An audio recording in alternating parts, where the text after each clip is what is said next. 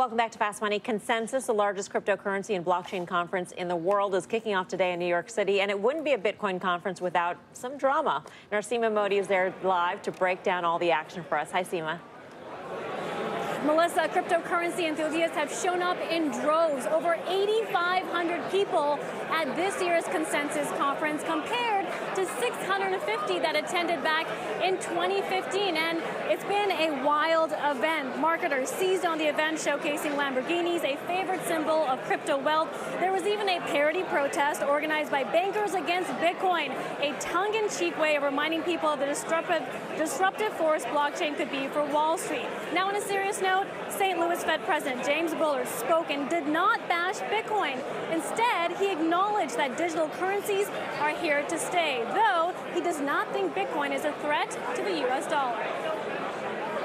We think blockchain technology is very interesting, and of course there's been a lot of new issuance of cryptocurrencies, so we're keeping an eye on that. So we want to be very engaged and thoughtful about as this proceeds.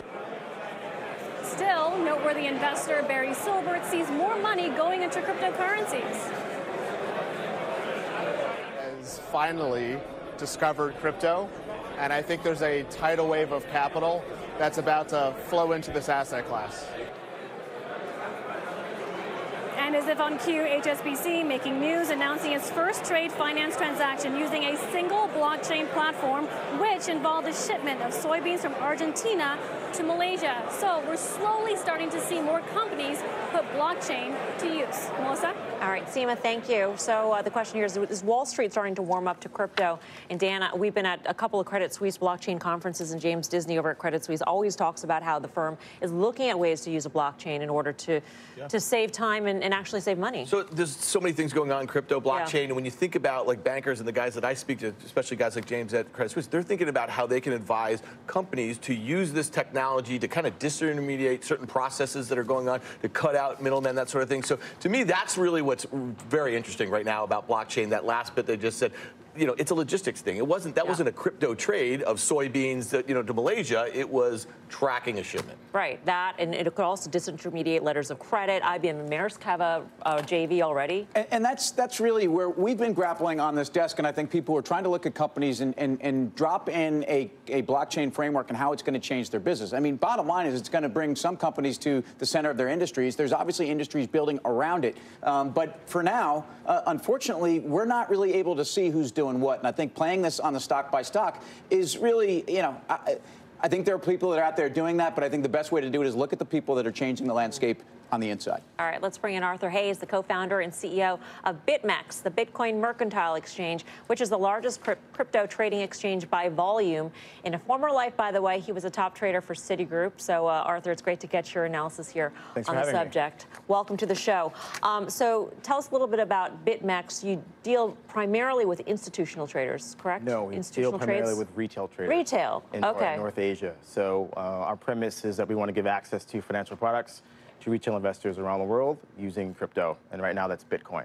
And so we offer highly leveraged derivatives, 100 times leverage we offer on the Bitcoin. 100 times leverage. Correct, and our perpetual swap product is the most liquid trading product around the world. It does about 3.5 yards a day of flow. Okay, so when we say it's by volume, it's because you're dealing with the retail trader, correct? And so they're presumably not trading the volume, the dollar amounts that institutions are. Well, there's really not that much institutional presence right now in crypto. It is a retail phenomenon. Are you equipped to handle institutional trades once that floodgate starts coming in, as so many people are predicting? Absolutely. You know, we have an API, people can code against it, and you have a lot of prop shops and algo guys who've joined in because it's volatile, there's negative correlation to a lot of other asset classes, and they actually trade against real humans instead of robots all day.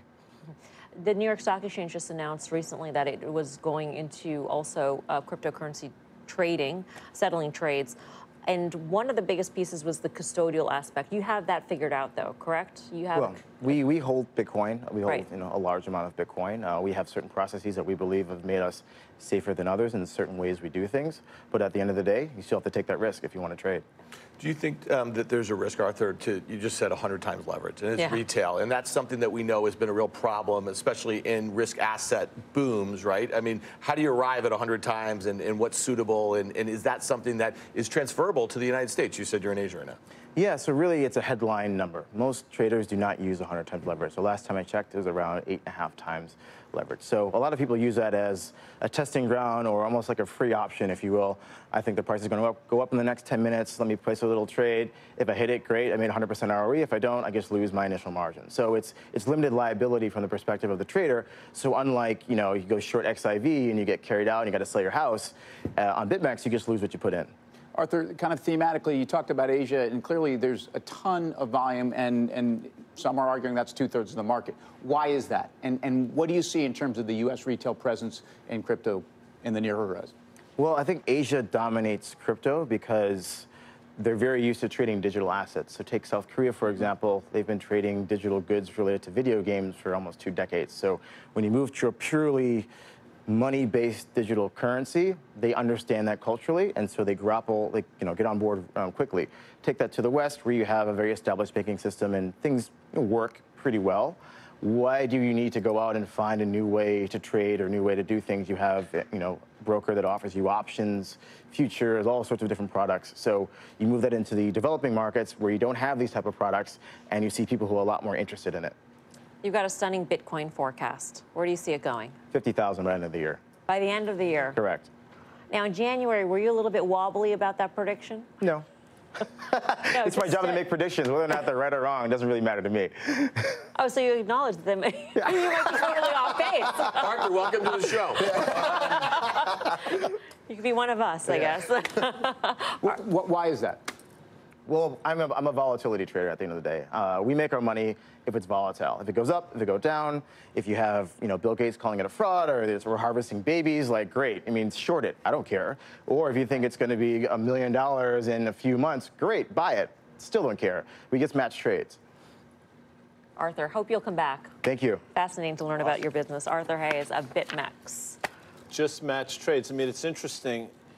Dan made the correlation between, and it's a great business, I'm sure they're killing it, but he made the correlation between is now gambling being legal going to hurt? I mean, in a lot of ways, what you're doing there, you're the man, I'm not bringing the guest back, but he's the middleman of people gambling, basically, which is fascinating. Right. And again, don't underestimate as long people's as the transaction happens, you make money. So here's the irony. One of the reasons why crypto traders love it is because they're inefficient markets. There is enormous volatility, and there's been a lack of price see-through. And that's how you make money, or at least that's how you can make money, as long as you're on the right side of the trade. So if you think about institutional players getting involved, that should start to go away in a regulatory environment. The efficiency of these markets should be enormous, and a lot of people who want blockchain don't want it for the volatility. And you call store of value this and that. That's one of the big debates that's out there. Tell you what I loved hearing. Arthur's a brother from another for me right now, and for you, I hope, because the whole idea of this being the derivatives opportunities here, and your limited risk to buying something that you think is going to go fly into the upside. I mean, it's the options world that we work in right now. With liquidity. I'm kind of more in Tim's camp. I mean, this is my very solid belief that it is gambling that doesn't have regulatory framework, and we're just talking about gambling that's existed forever. And people want sport. That. I know, but I think right now when you're thinking about the volatility, there's a lot of stuff going on. Remember stock trading before Reg FD, that sort of thing. There's information arbitrage that's going on, and I think there's very few people that have all the information in the crypto space right now. So to me, I think it's still true. Well, it's a bit of it's a rigged game, okay? So we could never go out to somebody and say you should trade at 100 times leverage, and even if you're risking what you're willing to lose, what are you basing it on? A feeling, a gut? You wake up this morning, Bitcoin's going back above 10,000? I don't know, maybe. Well, and it seems to me, and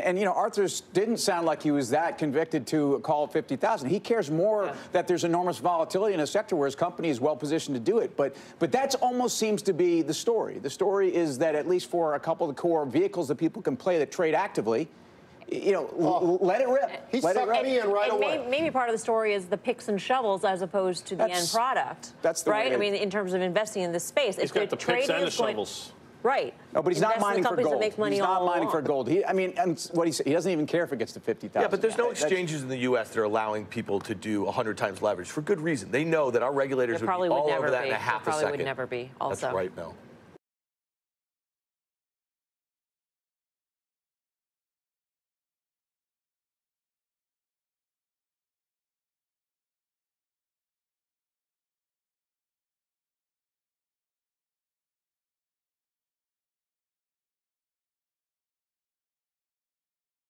That little mark with the A and then the ring around it. At. See, that's what I said. Katie said she thought it was about. Yeah. Oh. But I'd never heard it. Around. I'd never heard it said. I'd always seen the mark, but never heard it said. And then it sounded stupid when I said it. Violence at NBC. I heard around big fight up in the lunchroom the other week. There it is. Violence at NBC. GE.com. I mean. Well, Allison should know. What is internet anyway? Internet is that massive computer network, the one that's becoming really big now. What do you mean? That's big. How does one? What do you write to it like mail? No, a lot of people use it and communicate. I guess they can communicate with NBC writers and producers. Allison, can you explain what internet is? No, she can't say anything in 10 seconds or less. Oh, Allison will be in the studio shortly. What does it mean? It's a giant computer network made up of started from. Oh, I thought you were going to tell us what this was. It's like a computer billboard. It's not in it. It's a computer billboard, but it's nationwide, and it's several universities and everything all joined together. And others can access it. And it's getting bigger and bigger all the time. It came in really handy during the quake. A lot of people, that's how they were communicating out to tell family and loved ones they were okay because all the phone lines were down. I was telling Katie, and I've been But you don't need that. You don't need a phone line to operate internet. No.